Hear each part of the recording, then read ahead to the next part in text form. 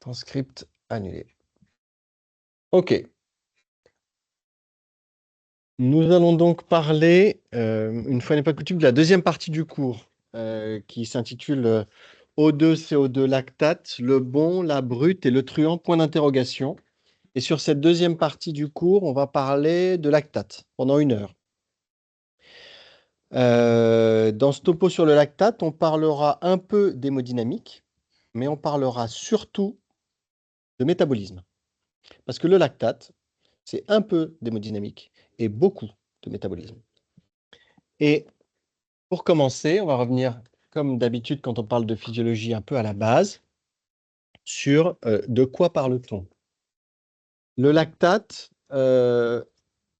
c'est un acide fort organique qui fait partie d'un couple acido-basique acide lactique anion lactate, dont le pKa est à 3,8, autrement dit éloigné du pH plasmatique, ce qui en fait donc un acide fort, puisque dans l'organisme, le lactate est sous forme d'anion lactate, sous forme dissociée, quasiment intégralement dissociée.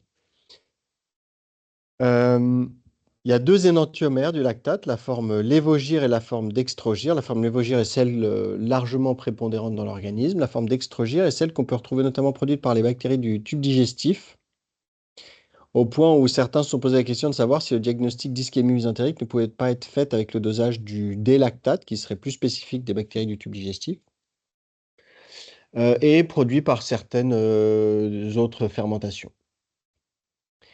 Si on s'intéresse plus particulièrement à la formule chimique de notre lactate, vous voyez que l'acide lactique, c'est C3H6O3.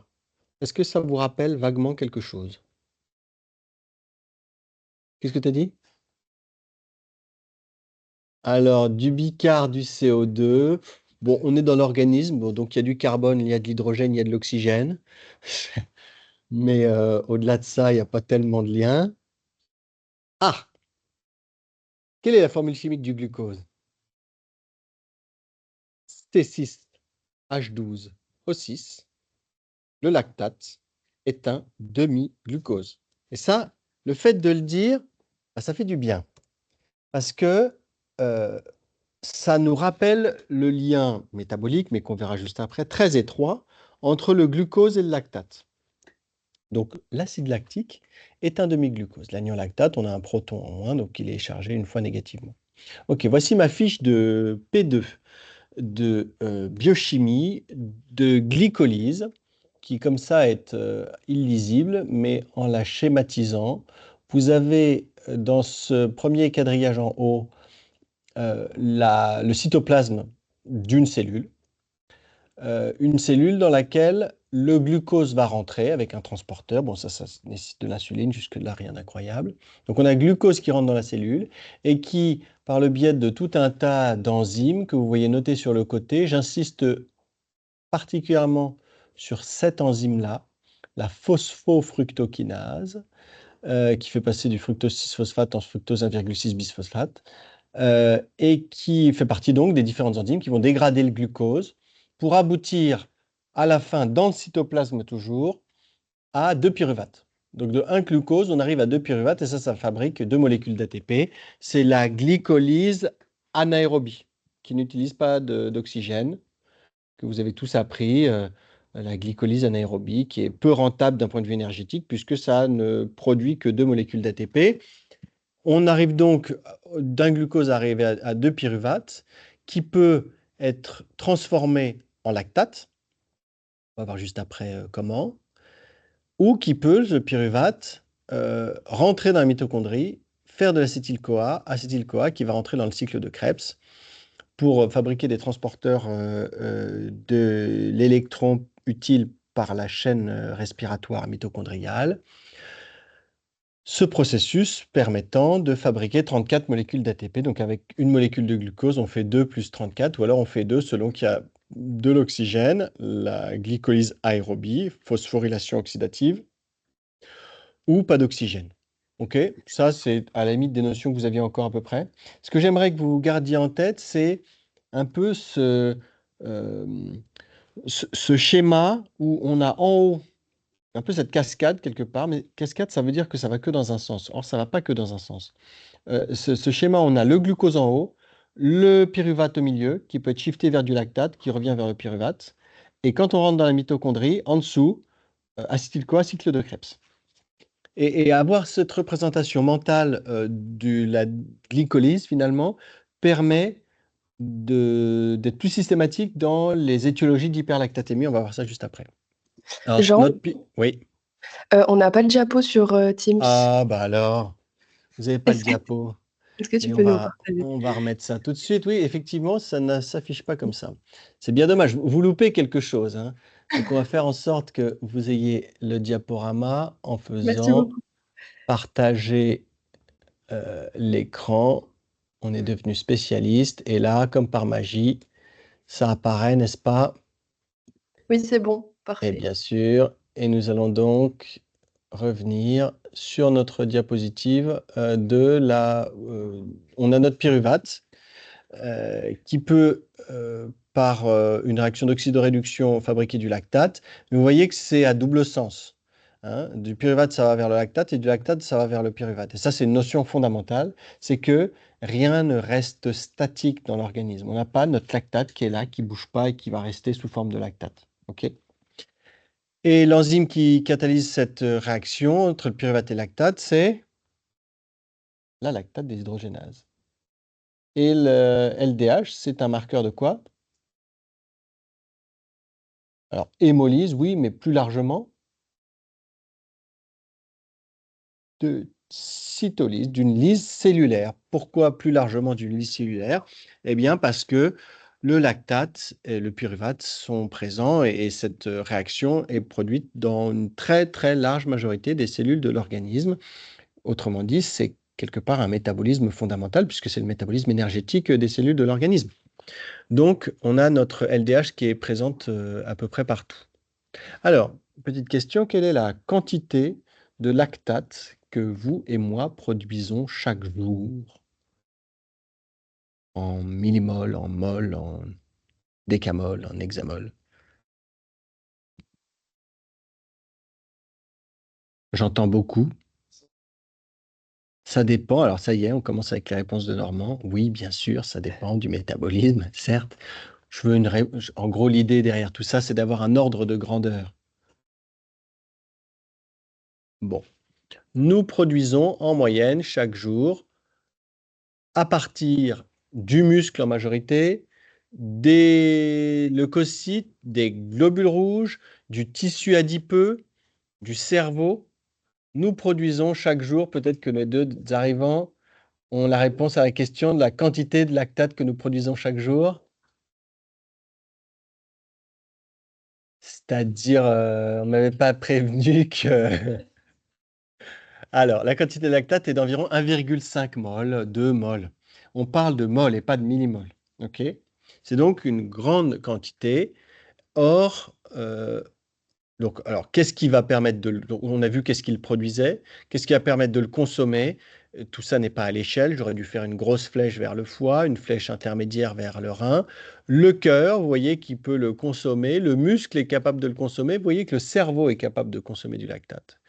Et on a donc un équilibre qui s'établit entre la production de lactate, sa consommation, pour aboutir dans le plasma à environ, à moins de 2 millimoles, puisque c'est sepsis 3, c'est la définition de... Voilà. Mais une concentration de lactate qui est de l'ordre de 0,5 à 1,5 millimoles par litre. Avec une demi-vie du lactate, ça, peut-être vous l'avez vu passer, mais ça dure combien de temps le lactate dans l'organisme? Ouais, 10 minutes, sublime Colline. 10 minutes, autrement dit, lorsque vous avez dosé le lactate plasmatique d'un patient à un moment donné et que vous évaluez sa clairance 1 heure, 2 heures, X heures plus tard, ce n'est pas le même lactate que vous regardez. C'est en permanence produit métabolisé, produit métabolisé, produit métabolisé. Et c'est important d'avoir cette notion d'équilibre dynamique en ce qui concerne le lactate. OK. Je ne sais pas ce que j'ai fait, mais je l'ai fait. Alors là, je nous ai zoomé sur la diapositive. OK. d'équilibre dynamique entre production et consommation. Si on en vient donc à que fait-on du lactate qui a été produit? Eh bien, il y a 20% du lactate produit qui va faire de la néoglucogénèse. On va refabriquer du glucose à partir du lactate. Et ça, c'est en particulier le cas du cycle de Cori. Vous voyez les petits pictos du foie et du rein qui sont capables de, en particulier le foie, faut dire la chose, resynthétiser du glucose à partir de lactate, mais ça, ce sera le sujet d'une des diapos d'après. Et la large majorité du lactate que nous produisons va être retransformé en pyruvate, qui va rentrer dans la mitochondrie, acétyl-CoA, cycle de Krebs, phosphorylation oxydative, et va permettre de fabriquer de l'ATP. Alors, qu'est-ce qui utilise le lactate? On avait dit qu'il y avait notamment le cerveau qui était capable de l'utiliser, le cœur était capable de l'utiliser, les muscles, et de l'utiliser comme substrat énergétique. Le cerveau, en particulier le cerveau agressé, est capable d'utiliser le lactate de l'organisme pour fabriquer de l'énergie, pour faire de la phosphorylation oxydative. Le cœur de la même façon. Et c'est d'autant plus vrai que l'organe est agressé. Voyez. Alors, si on s'intéresse plus particulièrement au cerveau, il y a dans le cerveau de la coopération cellulaire entre les cellules de soutien des neurones, les cellules gliales, les astrocytes, qui permettent de faire des navettes énergétiques, des lactate shuttle, et qui font que, ben, en particulier lorsque le cerveau est agressé à un accident vasculaire cérébral ischémique, un traumatisme, une dette énergétique avec une hypoglycémie par exemple, eh ben, il est capable d'utiliser le lactate pour fonctionner. Il y a même des équipes, notamment françaises, qui se sont intéressées à administrer du lactate de sodium hypertonique à des traumatisés crâniens. Et la première chose, ils ont fait de la microdialyse cérébrale, c'est qu'on voit que le lactate exogène qu'on apporte au malade, le cerveau arrive à l'utiliser, et que le cerveau l'utilise plus quand il est agressé. Alors, bon, les papiers que je vous présente là comparaient des choses qui n'étaient pas comparables, puisqu'ils regardaient notamment l'évolution de la pique entre un groupe de patients à qui on mettait un soluté et un autre à qui on mettait du lactate de sodium hypertonique. Et donc, les différences entre les deux groupes n'étaient pas que liées au fait qu'on met du lactate ou pas de lactate, il y avait le côté d'osmolarité qui était modifié, donc ça biaise un peu les choses. Mais en tout cas, je trouve ça très intéressant de se dire que sur un organe qui souffre, et le cerveau pour ce qui nous intéresse particulièrement, on pourrait utiliser le lactate comme substrat énergétique alors que l'organe est agressé. Alors, on parlait du cycle de Cori tout à l'heure. Je pense les globules rouges, vous voyez la forme qu'ils ont, les globules rouges. Bon. Il se trouve que les globules rouges n'ont pas de mitochondrie, que donc ils ne peuvent pas faire de phosphorylation oxydative, que leur énergie dont ils ont besoin parce qu'ils ont quand même une machinerie cellulaire à faire fonctionner, ils la prennent à partir du glucose qui fait de la glycolyse anaérobie, qui va produire deux molécules d'ATP pour arriver au pyruvate. Et puis ils se retrouvent avec un déchet énergétique qui est le pyruvate ou le lactate, qui ne vont pas être en mesure de métaboliser. Et là, c'est le foie qui va faire le job, qui va choper le lactate ou le pyruvate et qui va en refaire de la néoglucogénèse. Donc, d'un point de vue énergétique, c'est pas rentable, puisque on produit 2 molécules d'ATP au niveau du globule rouge, mais on va en consommer 6 au niveau du foie pour régénérer, mais ça permet au globule rouge de fonctionner. Donc ça, c'est le cycle de Cori, et c'est évidemment diminué quand il y a le foie qui ne fonctionne pas. Les reins permettent également de régénérer du glucose ou même d'excréter le lactate. Lorsque, par exemple, le foie n'est pas capable de gérer, quand on a un rein qui fonctionne, il est capable d'excréter du lactate. Donc, quelques messages clés des diapos précédentes. Le lactate, c'est un substrat énergétique et qui est particulièrement intéressant chez les organes qui sont stressés, je pense notamment au cœur et au cerveau. Alors ici, c'est la vieille classification de Cohen et Woods qui date de 1976 et qui catégorisait les types d'hyperlactatémie. Tout à l'heure, je vous ai montré le couple acido-basique acide lactique anion lactate. On avait dit que le pKa était éloigné du pH plasmatique, que donc la forme prédominante dans l'organisme était l'anion lactate. Ce que nous avons donc ne sont pas des acidoses hyperlactacidémiques, mais des acidoses hyperlactatémiques, puisque ce n'est pas une accumulation d'acide lactique que nous avons, mais d'anion lactate. Hein. C'est un peu de phraséologie, mais finalement, ça a son sens. Et donc, dans cette classification de Cohen et Woods, il y a les hyperlactatémies dites de type A qui sont celles liées à la dysoxie cellulaire. Il n'y a pas assez d'oxygène. La cellule, d'un point de vue énergétique, fonctionne en anaérobiose et va produire du lactate par ce biais-là. Puis il y a les types B qui sont catégorisés en des causes métaboliques, une atteinte métabolique de la mitochondrie en particulier, un défaut d'élimination de clairance du lactate par une atteinte hépatique notamment, une inhibition de la néoglucogénèse. Donc ça, c'est les atteintes métaboliques. Regardez également, il y a marqué stimulation de la glycolyse aérobie. Donc dans notre schéma tout à l'heure de notre glycolyse, on peut avoir un excès de lactate qui est un peu au milieu de notre schéma, soit parce qu'on produit trop, on dégrade trop rapidement le glucose, soit c'est parce qu'il y a beaucoup de glucose ou le glucose, on va le dégrader rapidement, ça va aboutir à plus de pyruvate qui va faire plus de lactate, soit parce qu'en dessous, au niveau de notre mitochondrie, il y a une défaillance, une atteinte mitochondriale, de la chaîne respiratoire notamment. Ok. Et par ces deux mécanismes-là, qui peuvent avoir plein d'étiologies différentes, on va avoir au final une accumulation de lactate. Donc, métabolique, c'est une chose. Des causes toxiques, vous connaissez la metformine qui entraîne une hyperlactatémie. Vous savez qu'il y a le cyanure qui bloque la chaîne respiratoire mitochondriale et qui va entraîner de l'hyperlactatémie. Le propofol, le PRIS, le fameux PRIS, qui est en fait une dysfonction mitochondriale. Bon, d'autres trucs encore. Et puis enfin, des choses plus rares qui sont des déficits enzymatiques. Mais en fait, je dis plus rares, mais on a eu il y a quelques temps là, des atteintes enzymatiques avec notamment des encéphalopathies métaboliques chez des patients qui ont des hyperlactatémies chroniques. Ok. Alors, ouais, ça, je vais aller rapidement. C'est juste pour dire que dans l'acidocétose, il y a fréquemment une hyperlactatémie, mais contrairement au sepsis, l'hyperlactatémie dans l'acidocétose n'est pas associée à la mortalité. Il y a un lien purement métabolique, il y a plus de glucose, donc il y a plus de lactate, mais c'est pas parce qu'il y a plus de lactate qu'ils vont plus mourir. Bon, dans les biguanides, pourquoi est-ce qu'il y a plus de lactate? Il y a plusieurs raisons. Un, parce que souvent, quand on accumule les biguanides, c'est qu'il y a l'insuffisance rénale. Donc, on n'arrive pas à éliminer le lactate par le biais du rein. Deux, parce que les biguanides vont inhiber le complexe 1 de la chaîne respiratoire mitochondriale euh, et que ça inhibe la néoglucogénèse hépatique. Bon. Dernière diapo de trucs un peu atypiques à avoir entendu une fois, mais on en parlait encore cette semaine avec Sébastien. Une hyperlactatémie inexpliquée chez un patient qui a un lymphome avec une masse tumorale importante. Il faut avoir en tête que certaines hémopathies avec un volume tumoral conséquent peuvent entraîner une hyperlactatémie par un effet qui est dit l'effet Warburg, avec les cellules tumorales qui vont localement produire un environnement plutôt acide qui les protège quelque part du système immunitaire qui pourrait les agresser. Bon, quand il y a une grosse masse tumorale, on peut produire du lactate, c'est l'effet Warburg.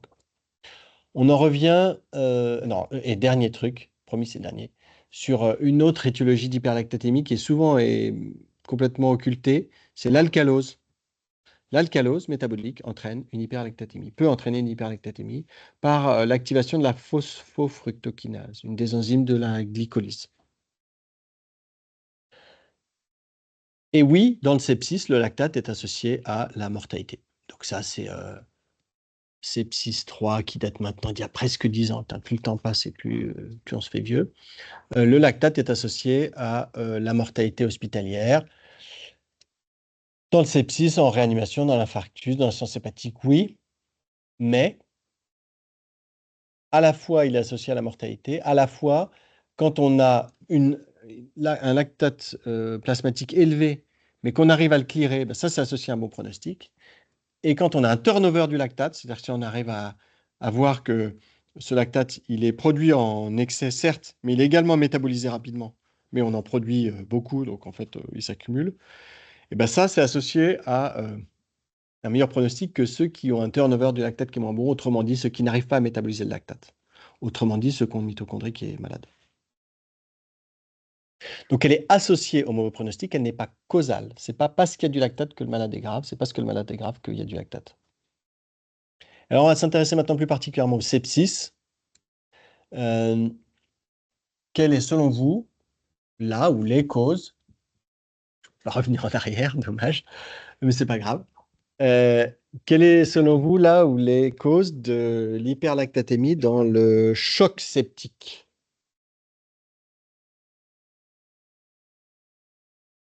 Alors, un défaut d'extraction d'oxygène, vas-y, à bout de...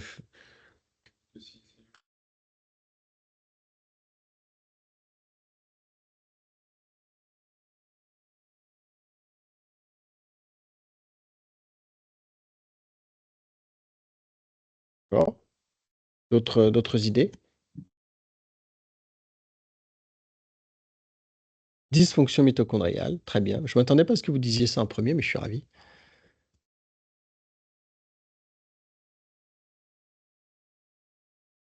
Ah, voilà, le classique.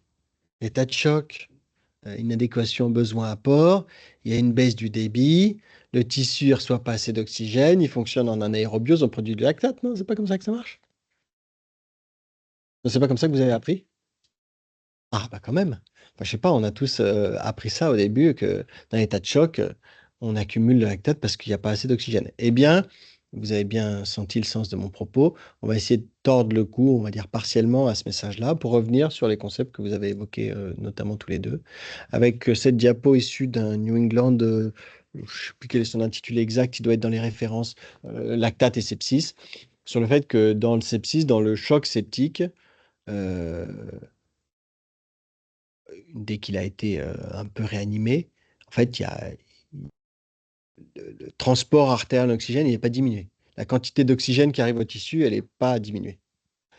Alors, c'est un grand mot, puis ça, les tissus, ça veut tout et rien dire, parce qu'il y a plein de tissus différents dans l'organisme, mais la cause du problème, c'est que c'est pas qu'on n'apporte pas assez d'oxygène au niveau des tissus. Le sujet, c'est un déséquilibre entre la production et la clairance. Et de quelle façon se fait ce déséquilibre? Quelles en sont les causes?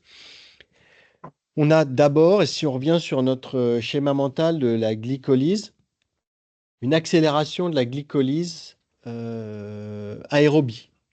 C'est-à-dire qu'au cours du sepsis, on a tout un tas des gènes qui sont impliqués dans l'expression des protéines et des enzymes qui permettent de dégrader le glucose, qui vont être surexprimés.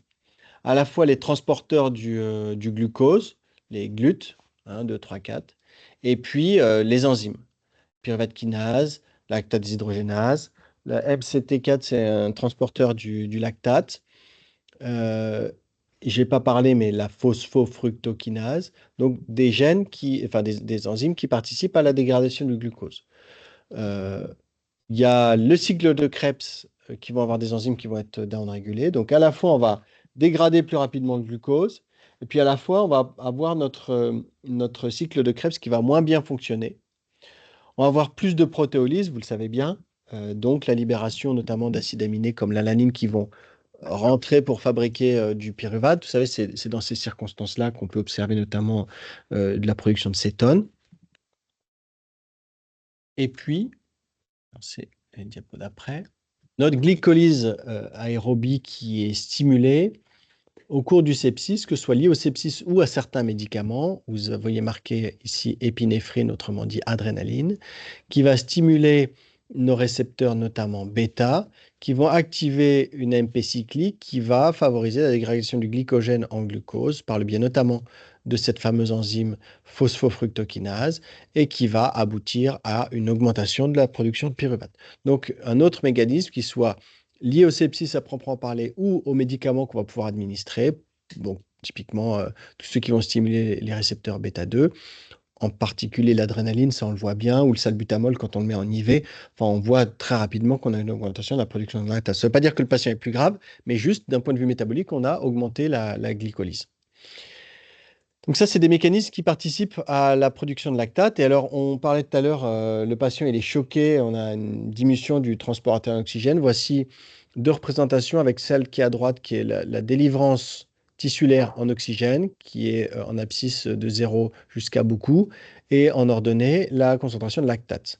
Vous voyez que plus la délivrance tissulaire en oxygène baisse, on n'a pas une relation linéaire avec le lactate qui augmente. Hein. Si on avait un lien direct entre la délivrance tissulaire d'oxygène et le lactate produit qui augmentait, on s'attendrait à avoir une belle ligne droite là, avec plus on baisse et plus on a le lactate qui monte. Or, ça n'est pas le cas. Et ici, c'est la SVO2. Hein. Plus la SVO2 est basse, plus le lactate ne monte pas. C'est de très beaux nuages de points. Il n'y a donc pas de relation. Au cours du sepsis, l'augmentation du lactate n'est pas uniquement la conséquence de l'hypoxie tissulaire, mais il y a une grosse part de dysfonction du métabolisme énergétique de notre cellule. Mais finalement, c'est déjà une notion qui était assez claire pour vous et je suis ravi de l'entendre. Alors, au cours du sepsis, les cellules d'immunité sont des assez grosses pourvoyeuses de la production de lactate et le poumon est un gros fabricant de lactate. Et si vous posiez la question de réanimer vos malades en fonction du chiffre de lactate, c'est-à-dire que quand le lactate est élevé, on va lui mettre des inotropes, le transfuser, ou plus classiquement, bien sûr, le remplir, eh bien cette stratégie ne fonctionne pas, s'il était nécessaire de le dire. J'aimerais donc qu'on se retire de la tête ce lien trop souvent établi entre il y a une hyperlactatémie, il faut remplir le malade. Non, il y a une hyperlactatémie, on réfléchit. Ça ne veut pas dire qu'au final, il ne faudra pas le remplir, mais dans beaucoup de situations, il ne sera pas nécessaire de le remplir. Vous allez me dire, bah oui, mais je le remplis, le lactate a baissé. Ouais, mais si tu n'avais rien fait, que tu avais juste laissé du temps à ce greffé rénal qui a eu une phase d'ischémie, une phase de reperfusion et qui relargue du lactate dans sa circulation, de métaboliser son lactate, ou à ce patient qui a été opéré de métastasectomie hépatique avec 9 métastases retirées et autant de petits clampages et déclampages, d'avoir ce foie qui va reprendre une fonction et qui va métaboliser le lactate, il aurait peut-être tout aussi bien clearé son lactate et le sel qu'on lui a apporté lui aurait pas forcément été utile. Bon. Une petite diapo sur l'ischémie-reperfusion. Lors d'une phase où on a de l'oxygène, tout se déroule normalement. Glucose se dégrade, pyruvate, le cycle de Krebs, on consomme de l'oxygène et on fabrique du CO2, et tout ça fabrique de l'ATP. On va avoir la phase d'ischémie. Pendant la phase d'ischémie, il n'y a pas d'oxygène. On ne va donc pas pouvoir faire fonctionner notre cycle de Krebs. On va avoir un excès d'ADP localement, avec notre glucose qui va, pendant un temps, continuer à se dégrader, accumuler du pyruvate qui va être shifté vers le lactate. Et puis, il y a la phase de reperfusion. Et pendant la phase de reperfusion, l'oxygène arrive, parfois en grande quantité. D'ailleurs, c'est pourvoyeur de la libération de dérivés réactifs de l'oxygène, les fameux ROS, qui, dans l'infarctus du myocarde notamment, aggravent la zone de pénombre. Donc, on sait que dans le SCAST+, il ne faut pas administrer d'oxygène, sauf s'il y a une hypoxémie qui est profonde. Hein. Normalement, 92 de SAT et au-dessus, on n'administre pas d'oxygène, parce que sinon, on sait qu'on va libérer du ROS, qu'un arrêt cardiaque réanimé, eh ben, on ne va pas le laisser en FiO2 1, et même enfin, en pédiatrie, c'est déjà le cas, mais pour d'autres raisons, qui ne font pas le massage avec une FiO2 1. Mais à défaut de faire ça, au moins revenir à des FiO2 juste pour obtenir un objectif de SAT 94, 95, une fois leur axe obtenu. Bref, je m'écarte un peu du message que je voulais faire passer, mais lors de la phase de reperfusion, l'oxygène est revenu, certes, mais nos enzymes de la dégradation du glucose, elles, ne fonctionnent pas encore parce il y a une dette énergétique et donc elles ne sont pas en mesure de fonctionner, celles-là. Par contre, on a accumulé du lactate, l'oxygène est revenu, et à ce moment-là, on sait qu'on est capable d'utiliser le lactate comme substrat énergétique pour que la cellule puisse refabriquer de l'ATP. Donc voici un peu la diapo récapitulative des différents messages que je voulais vous faire passer sur le lactate, où on a au milieu de notre diapo le lactate, avec au-dessus la glycolyse aérobie, donc on a une hyperglycémie, qui va entraîner un excès de glucose qui va se dégrader, qui va fabriquer du lactate, ou on a des médicaments qui activent l'AMP cyclique, qui activent la phosphofructokinase, ou on a une alcalose métabolique qui va augmenter la phosphofructokinase. Tout ça augmente la glycolyse aérobie et induit une augmentation de la production de lactate. Vous avez la glycolyse anaérobie. J'ai intentionnellement peu ou pas parlé des causes hémodynamiques à la production de lactate, mais ça existe, bien sûr. Euh, donc, une dysfonction circulatoire sévère, évidemment, va entraîner un excès de production de lactate par dysoxytissulaire, hein, pas forcément dans le choc septique, mais un beau choc cardiogénique, un choc hémorragique. Ben, il y a un moment, quand même, les tissus ne reçoivent pas assez d'oxygène. Il y a la diminution de la clairance liée à l'atteinte des organes, le foie en numéro un, les reins, bon, dans une moindre mesure, les muscles. Et puis, l'atteinte mitochondriale, qui soit liée au sepsis, qu'elle soit liée à des médicaments, qu'elle soit liée à des toxiques, et qui vont faire que ben, le lactate qui est produit, on ne sera pas en mesure de le métaboliser. Donc, je trouve que le fait de visualiser un peu cette glycolyse en partant du glucose, pyruvate shift vers le lactate dans le cytoplasme, rentre dans la cellule, acétyl-CoA, cycle de Krebs, soit on dégrade trop le glucose, soit on n'arrive pas à métaboliser en dessous, permet, ben, quand on est face à une hyperlactatémie, de, d'avoir une attitude un peu systématique sur quelles seraient les étiologies de cette hyperlactatémie. Voilà. Bon, ça, c'est la diapo qui conclut le cours sur O2, CO2, mais que je vous ferai la semaine prochaine. Sur le lactate, y a-t-il des questions? À distance ou dans la salle? Aucune question, c'est pas bon signe, ça. Eh bien, n'hésitez pas, mais donc vraiment, la prochaine fois que vous avez un patient qui a une hyperlactatémie, avant de vous jeter sur un remplissage vasculaire, on se pose et on regarde comment est la glycémie. Est-ce qu'il y a moyen de normaliser cette glycémie? Est-ce qu'il y a des médicaments qui pourraient être en faveur? Est-ce qu'il y a une circonstance d'activation de la phosphofructokinase qui pourrait l'expliquer? Bien sûr, est-ce qu'il y a de l'hypoxie tissulaire? Et comment fonctionnent les organes qui sont censés clearer ce lactate? Comment est la mitochondrie du malade?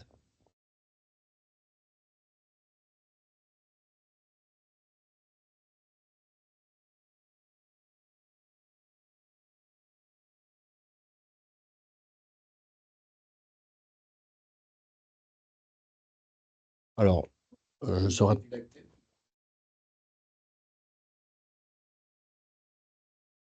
Alors, bah, d'abord, c'est quand même bien utile de pouvoir passer d'une forme à une autre et d'une autre forme à une autre. L'exemple de ça, c'est quand même le globule rouge, où on est content que, en fait, il n'a pas la capacité d'utiliser, de fabriquer de l'ATP autrement que par la glycolyse anaérobie. Mais je sais pas, c'est de la biochimie, quoi. J'imagine qu'il y a tout un tas de produits de dégradation du glucose, peut-être des réactions chimiques qui sont nécessaires pour pouvoir aboutir à, je ne saurais pas répondre à la question, si ce n'est de dire que c'est peut-être un peu de chimie, non? Ça me dépasse.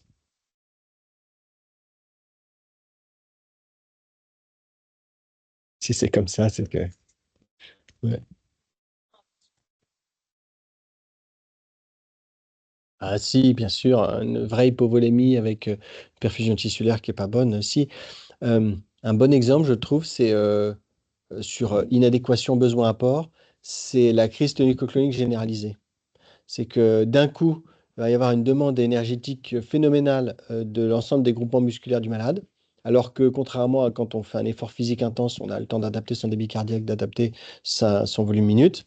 Bah là, en un claquement de doigts, il y a tous les groupements musculaires qui se contractent, avec une demande énergétique phénoménale, pas assez d'apport en oxygène au niveau des tissus, production tissulaire musculaire représente en volume une grosse partie des cellules de l'organisme, production de lactate qui va repartir dans la circulation et qui va entraîner. Je ne sais pas si tu as déjà fait un gaz du sang à un patient qui sortait d'une crise tonico-clonique généralisée. Eh ben, ils ont des acidoses métaboliques de l'espace, du 7 de pH, 7,10 de pH, 12 de lactate. Alors là, tout le monde fait les gros yeux. Tu ne fais rien, tu attends.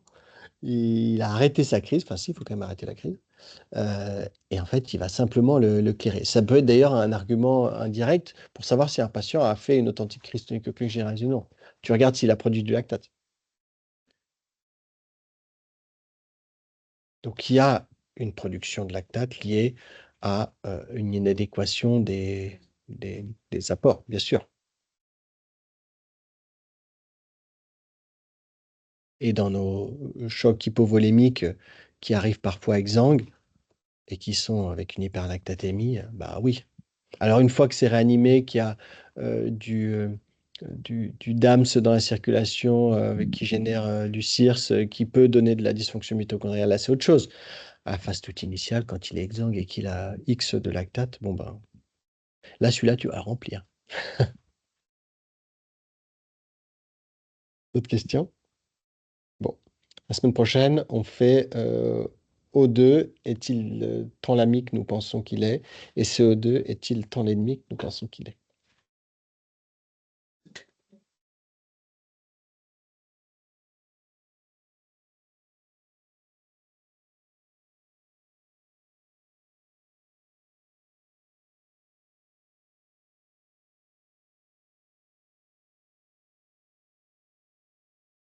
Soir, les causes les plus fréquentes d'élévation